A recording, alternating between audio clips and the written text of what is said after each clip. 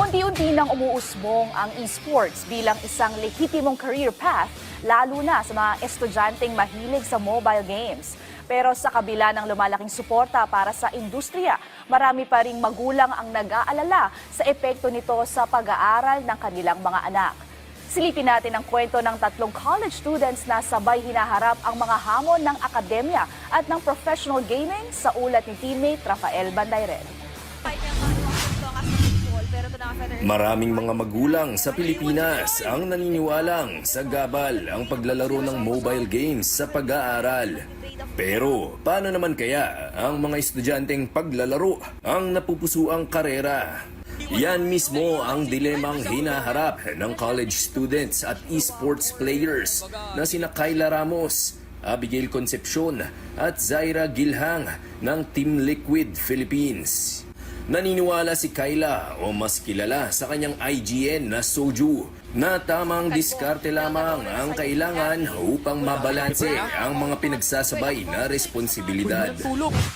Una po, nag-adjust po ako sa schedule ko po sa school. Mas pinili ko po yung morning class instead po ng afternoon para po yung practice po sa gabi, hindi po sa masagasaan din po. Para ma-balance ko pa rin po. Then, pag may mga activities po, mga schoolworks na sumasabay, nag-multitask na lang din po ako.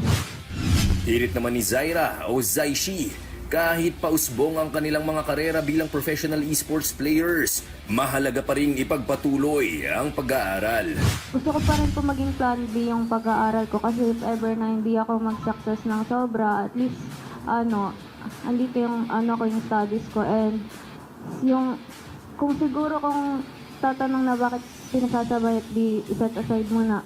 Siguro hindi naman kami ganon kayaman para maging kasi yung mami ko parang limited lang din yung yung time na para mapaaral ako. Kaya parang pinupush ko pa rin po talaga na makatapos habang pinupurso yung dream ko po. Yan din ang saloobin ni Abigail, aka Isuna, na naniniwalang dapat may plan B kahit ang mga tulad niyang esports pros. Kasi siyang career versus passion eh. So, ang sa akin po kasi, mas okay po talaga na sinabi po ni Zaishi na may plan B ka, tapos meron ka rin pong ginagawa. I mean, hindi ka po babagsak for nothing na. Pakita ni Kayla, Abigail at Zaira na posibleng pagsabayin ang pag-aaral at ang pangarap sa esports basta't may malinaw na direksyon at disiplina. Samantala, sasabak ang kanilang koponan na Team Liquid sa paparating na Mobile Legends Bang Bang Women's Invitational sa susunod na buwan.